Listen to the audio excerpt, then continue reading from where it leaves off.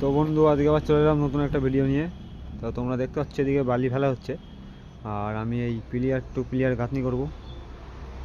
আগে এই বোর্ডগুলো খুলে নিতে হবে। বোর্ডগুলো খুলেছি এক সাইডে, একা একা খোলা যাচ্ছে না বলে দাঁড় করে রেখে দিয়েছি। আরেকজন আসবে লেবার, তার দিয়ে খুলিয়ে নেব। অনেকটা ওয়েট তো।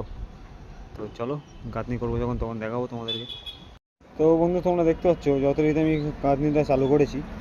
তো চলো দেখা যাক কতক্ষণ কী করতে পারি।